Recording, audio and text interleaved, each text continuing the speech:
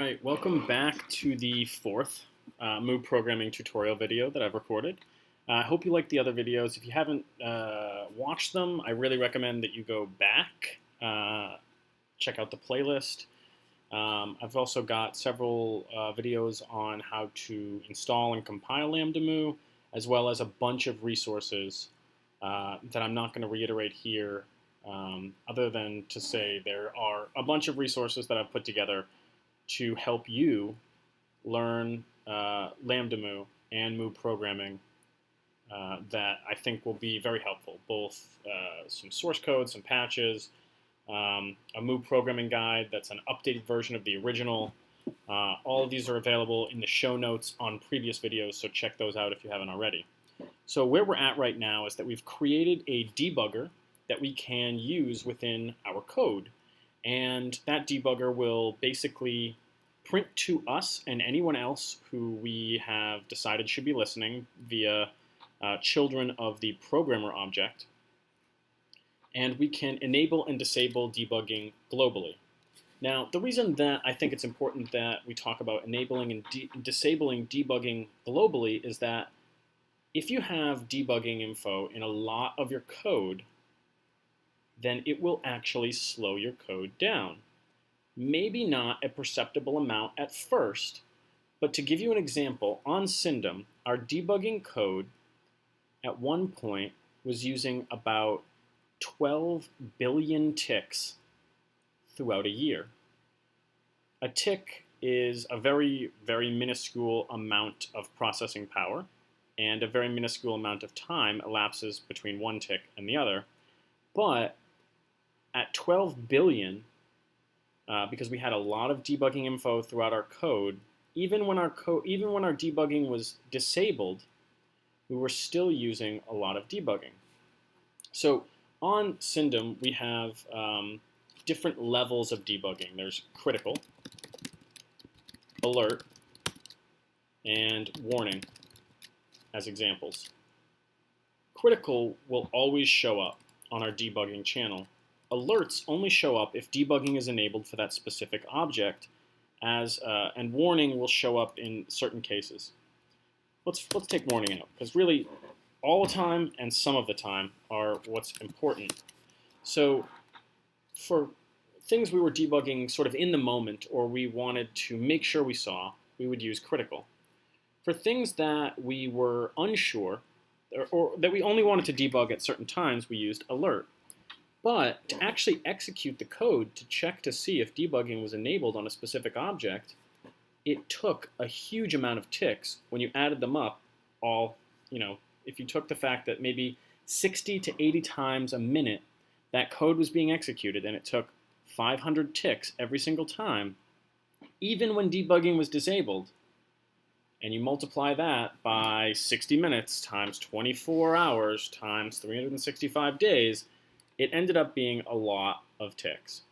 So what we did was we made it so that debugging was disabled globally, so it's a very quick check to see if it's enabled before it even checks to see if it's enabled on a specific object. So it saved us a lot of ticks. So the system that we've created so far, while it doesn't have different levels of debugging, it does allow you to globally disable debugging so that even if your code is calling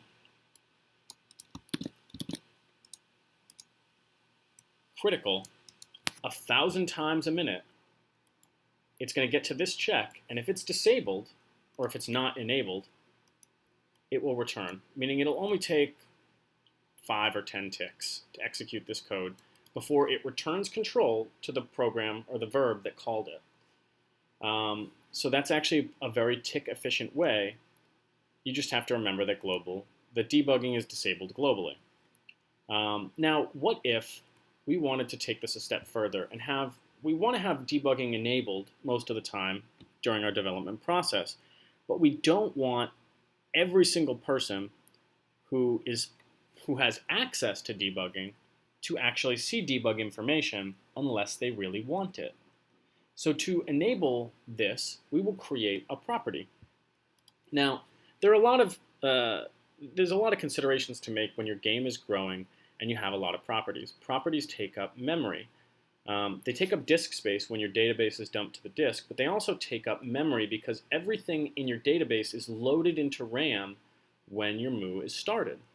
So if your database is 100 megs, it's at the least taking up 100 megs of RAM to keep that in memory at all times. So storing large amounts of information in properties is a bad idea.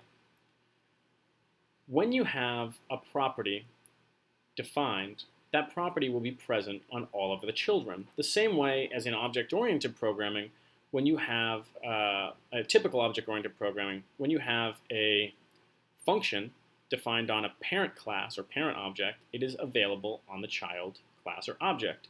Now there is no private or public or protected scope for verbs. If a verb is defined on a parent, it will typically be defined on the child, though you could overwrite it or set the executable to -x, meaning it's not possible to execute that verb.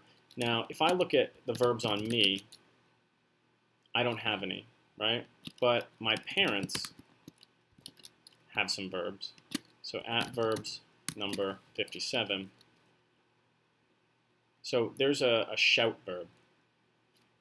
Now, if I try to chmod, I keep wanting to say chmod, me at shout -x, I can't because I don't define that verb. So if I wanted to make this verb protected, or not protected, private to the number 57 or hashtag 57 generic wizard, I would actually have to define it on myself.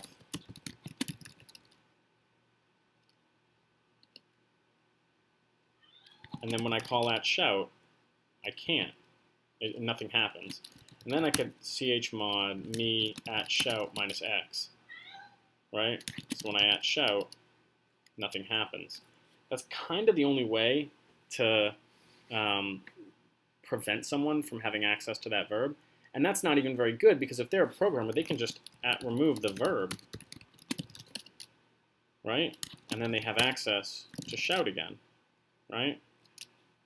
So just keep that in mind. There isn't that kind of scoping. If you make something available on a parent, it's available on the child, both in terms of property and in terms of verb.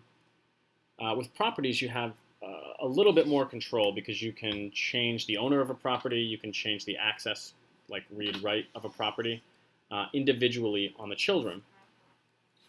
Another thing to keep in mind is that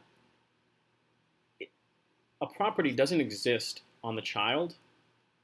The child inherits the property, but it references the parent property until it's changed, right? So if I look at the properties of number 57, let's see if there are any. Newt victim message. So I have, if I show me Newt victim message, I have nothing. If I show number 57.Newt victim message, they have nothing. If I were to change number 57.Newt victim message to asdf, and then I show my own Newt victim message, I also have asdf. But if I were to set me.Newt victim message to 1, or 1 asdf, I can absolutely do that. And then if I show number 57.Newt victim message, remember number 57 is my parent, theirs is still asdf. And if I set their number 57 Newt victim message to BBBBB, messed that up. Theirs is set to BBBBB, but mine